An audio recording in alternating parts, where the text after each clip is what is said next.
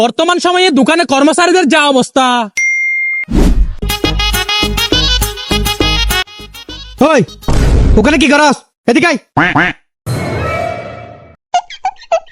কি হয়েছে বস?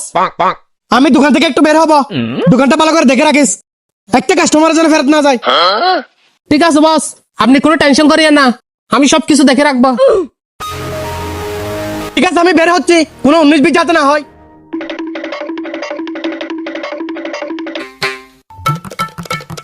শালা সব সময় গরম দেখাই, তুই আমাকে এখনো চিনস নাই। তোর দোকান থেকে যে কয় টাকা মারি তুই নিজেও জানোস না। ওই একটা চা দে।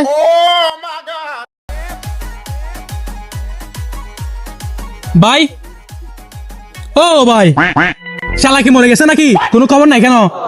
ও ভাই, ওই কিরে কিরে, কি হয়েছে? মানি আমি কাস্টমার, মাল নিতে আসছি যে। আপনি যে কাস্টমার, আপনার গলার কাট কই? আরে ভাই, আমি তো রবি অফিসের কাস্টমার কেন না, মাল কিনতে আসছি যে। ও তাই বলুন, কি লাগবে বলেন। আমাকে এক সেট ব্যাট দেন আর একটা গ্যাস দেন। কত টাকা আছে দেখেন।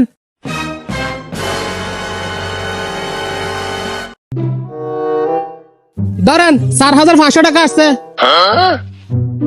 ধরেন 500 টাকা আর 4,000 টাকা বাকিতে লিখে রাখেন।